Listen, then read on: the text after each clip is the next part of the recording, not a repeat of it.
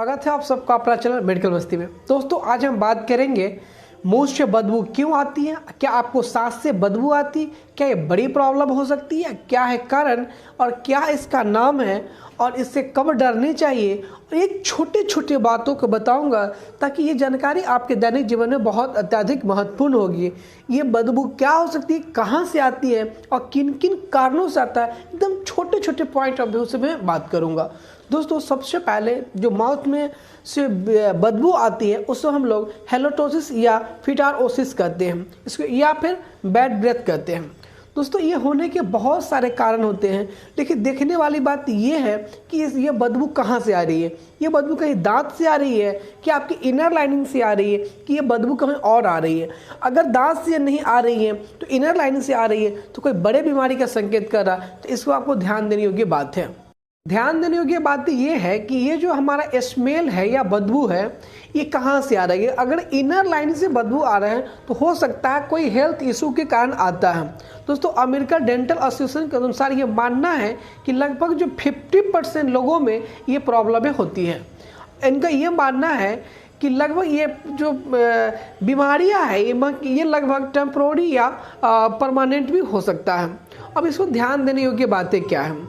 दोस्तों होने के पीछे बहुत सारे छोटे छोटे कारणों हैं जो हम एक एक बातों पर आप सबसे बात करें। इससे अगर सिम्टम्स देखा जाए तो आपके सांसों से बदबू आएगी, आपका जो माउथ है हमेशा कुछ ऐसे लगा है कुछ फंसा हुआ है, कुछ फेंकने ऐसा फील होगा, तो इसको भी देखना चाहिए। कभी कदार आपको ऐसे भी लगेगा कि जब हम खाना खा रहे हैं खाना के साथ कोई ऐसे पार्टिकल्स मिल गया जो सब घूंट रहे हैं तो मुझे अच्छा नहीं लग रहा है, कुछ अनकंफर्टेबल टाइप का फील करते हैं, तो इसको भी ध्यान देने योग्य बात होता है। लेकिन इससे ज़्यादा ध्यान देने ये बात है कि ये जो है वो दांत से नहीं इनर लाइनिंग से हो रहा है। लेकिन आप ब्रश करने के बाद भी अगर आपकी जो है अगर सांस में बास आ रही है, बदबू आ रही है, तो काफ़ी ध्यान देने योग्य बात है। दोस्तों ये बीमारी होने के सबसे मुख्य कारण है पुअर डेंटल हाइजीन। अब पुअर डेंटल हाइजीन बोले आप सब जानते हैं कि जो हमारे माउथ है उसमें बैक्टीरिया का खान होता है। अब खान बोले तो आप कहिए कि सर हमारे माउथ में, हाँ दोस्तों आपकी जो माउथ है उसमें बहुत सारा बैक्टीरिया होता है। लेकिन आप क्या करते हैं ना कि कभी ये टूथपेस्ट यूज करते हैं, कभी ये टूथपेस्ट ले लेते हैं, कभी वो ले लेते हैं और ब्रश सही से नहीं कर पाते हैं। बहुत लोग देखिएगा 2 बार इधर से करेंगे, 2 बार इधर से करेंगे, 1 बार इधर से करेंगे, आपका ब्रश हो गया। तो ऐसे ब्रश करने का जो प्रोसेस है, इस प्रोसेस के कारण जो बैक्टीरिया है वो आपके जो माउथ में ही रह जाएंगे, तो इसके कारण भी आपको जो है आपको मुंह से बास आने की संभावना होती है। दूसरा बात तो रेगुलर ब्रश नहीं करना। अभी जो देखते हैं बहुत सारे लोग ऐसे होते हैं इनका इतना बिजी लाइफ होता है कि वो रेगुलर ब्रश नहीं कर पाते। तो रेगुलर ब्रश नहीं करेंगे, जैसे मैंने बताया आपको कि आपकी जो माउथ है उसमें बहुत सारा बैक्टीरिया का खान होती है। दूसरी बात होता है कि जब आप ब्रश नहीं करते हैं तो वो क्या जो भी हमारा खाना होता है वो दांत की क्या परत पर जम जाता है जो प्लेग बना देता है, और ये प्लेग धीरे धीरे आप ब्रश नहीं करते, ये देखिए दांत के अंदर लेयर में ये मसल्स में चारों ओर से पकड़ लेगा, और पकड़ लेगा तो खाना के साथ ही इसका मिक्स होगा तो ये धीरे धीरे सड़ेगा। तो जब माउथ में ये सड़ेगा तो स्वाभाविक सी चीज़ है, कोई भी चीज़ सड़ेगा तो आपको इस तरह के प्रॉब्लम देखने को मिलेगा। दोस्तों ऐसे लोगों में होता है कि किसी का दांत बाहर आ गया, तो दांत बाहर आ गया तो उन्होंने अर्थो का एक कैप लगवाते हैं, उसको अर्थो का कैप लगवाएंगे तो उसके बीच में रबर लगाया जाता है। तो डॉक्टर जो होते हैं उसमें रबर लगा के उसको क्या करते हैं, सपोर्ट देते हैं। दोस्तों आप जानते हैं कि जब खाना आपके माउथ में फंसेगा तो वहाँ पर प्लेग डेवलप किया। अब प्लेग डेवलप करेगा, अत्याधिक दिन से जो व्यक्ति आपके शरीर में तो है दांत में है तो क्या करेगा, दांत के लेयर का डैमेज करेगा, मसूड़ा का डैमेज करेगा, तो उसके साथ सड़ेगा। तो लेकिन ध्यान देने ये की बात है कि ये अत्याधिक दिन से अगर आपके दांत में सड़ रहा है तो दांत में क्या बना देगा, कैविटी बना देगा। तो कैविटी बनाएगा तो कैविटी के साथ साथ दांत में होल होगा, और होल होगा तो दांत को जो नस नाड़ी होती है उस नस नाड़ी में क्या होगा, इन्फेक्शन होगा, और उस इन्फेक्शन के कारण भी आपके माउथ से स्मेल आ सकती है। तो इसको भी ध्यान देना है। तो ध्यान ये रखना है कि अगर आप अर्थो ब्रश भी लगवाते हैं तो भी आपको अर्थो का ब्रश आता है उससे आप अच्छे से वॉश करें तो आपका इससे निजात पाएंगे। लोग का ऐसा मानना है कि लहसुन प्याज खाने से स्मेल करती है। आप सब जानते हैं लहसुन और प्याज में जो होता है उसमें कुछ फूड ऑयल होता है। ये ऑयल क्या करते हैं, जब खाना खाते हैं, अब एक ऑयल जब बोले तो कुछ लोग की ये क्वेश्चन आएगी कि सर इसमें तेल होता है क्या। हाँ तेल होता है, जब से आपने खाते हैं तो ये क्या कहते हैं, इंटेस्टाइन में जाता है और ये इंटेस्टाइन इसको एब्जॉर्ब कर लेता है और ये एब्जॉर्ब करने के साथ साथ ये लंग्स के थ्रू आपके सांसों में आता है। तो इसका जो स्मेल आपको जो है लगभग 72 घंटा तक होती है। जैसे कि आज आपने प्याज खाया तो आपके 72 घंटा तक आपको इसका स्मेल देखने को मिलता है। क्यों मिलता है? क्योंकि इसमें फूड ऑयल होता है। दोस्तों ऐसे लोगों के भी माउथ में वास आती है जो लोग मुंह खोल के सोते हैं। अब मुंह खोल के सोएंगे तो स्वाभाविक सी चीज़ क्या होगा, सलाइवा सूखेगा। जब सलाइवा सूखेगा तो आपका माउथ क्या होगा, ड्राई होगा। तो उन लोगों का जब माउथ ड्राई होगा तो भी आपको क्या होगा, जो आपके भोजन से जो चिपचिपा पदार्थ वो खत्म होगा माउथ का।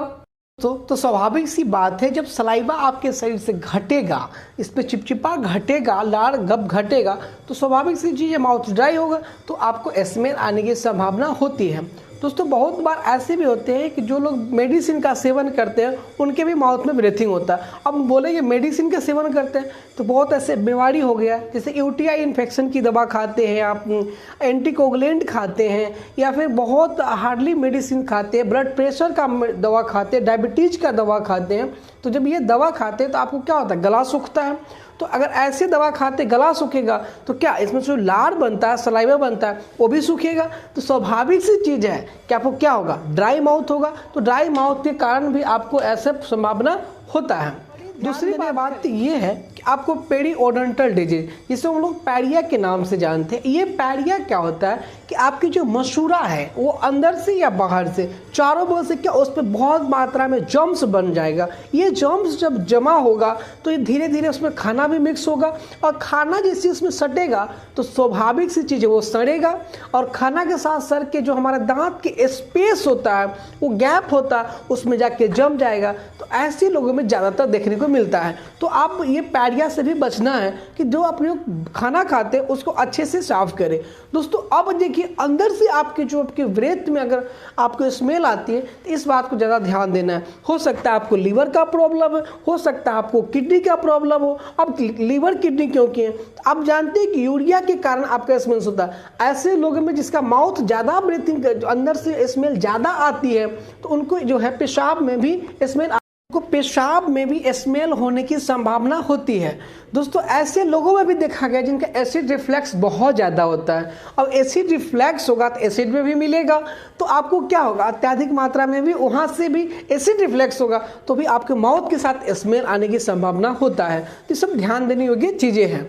दोस्तों अब बात करते हैं इसको ट्रीटमेंट की, तो ट्रीटमेंट में क्या करेंगे। आप जब डॉक्टर से दिखाने जाते हैं तो उस समय आप ब्रश नहीं करिए। बिना ब्रश किए आप जो डेंटोलॉजिस्ट है, जो दांत के डॉक्टर्स हैं, उनके पास जाएंगे।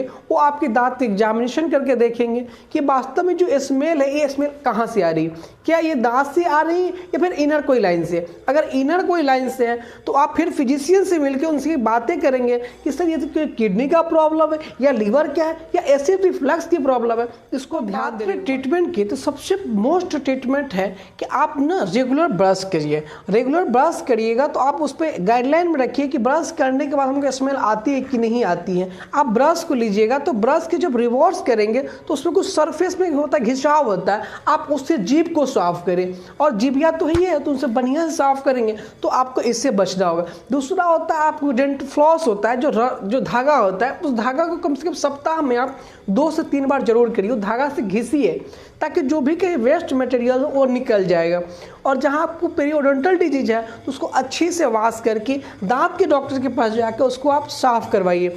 साथ में आप एंटीबैक्टीरियल्स आप क्या ले सकते हैं, माउथ वॉश ले सकते हैं। ये माउथ वॉश से आप कुल्ला करेंगे ताकि आपको ये चीज़ दोबारा न होने की संभावना हो। और आप कोशिश ये रखें कि कम से कम 2 बार ब्रश करें। अगर आप ऐसे करते हैं तो मुझे लगता है कि इससे बहुत जल्दी छुटकारा होंगे। क्योंकि दोस्तों आपको स्मार्टनेस आने के लिए, किसी जगह दिखाने के लिए, तो आप अगर ऐसे करते तो आपका दांत साफ रहता। तो आप जब हंसते हैं ना तो आपकी दोनों स्माइली तिथि वो बाहर आती हैं। तो बाहर आती जब किसी व्यक्ति के पास बैठ के आप स्माइल करते हैं तो आपको दांतों को देखते तो उनको अच्छा लगे, ताकि आपका पर्सनालिटी और डेवलप हो। तो आप इसके लिए इतना मेहनत करिए। मुंह खोल के मत सोइए, आप पानी पीजिए और साथ ही साथ आप अपने जो ब्रश करते हैं उस ब्रश को अच्छे से करिए। एक मैं वीडियो लाऊंगा जिसमें कोड बताऊंगा कि कौन सा आपको टूथपेस्ट यूज करना चाहिए, मैं वो सब बताऊंगा। तो आप मेरे चैनल को आप सब्सक्राइब करके रखिए। दोस्तों ये वीडियो अच्छा लगा तो मैं कहूँगा इसको शेयर करिए ताकि सारे लोग इस नॉलेज से अवगत होंगे। और अगर इतना करते हैं तो माउथ से ब्रीथिंग नहीं आता, लेकिन अगर इनर लाइन से ब्रीथिंग आता तो आपको ध्यान देने योग्य बात है। दोस्तों अपना कीमती समय निकाल कर वीडियो देखा इसलिए तहे दिल से धन्यवाद। Thank you for watching. Thank you.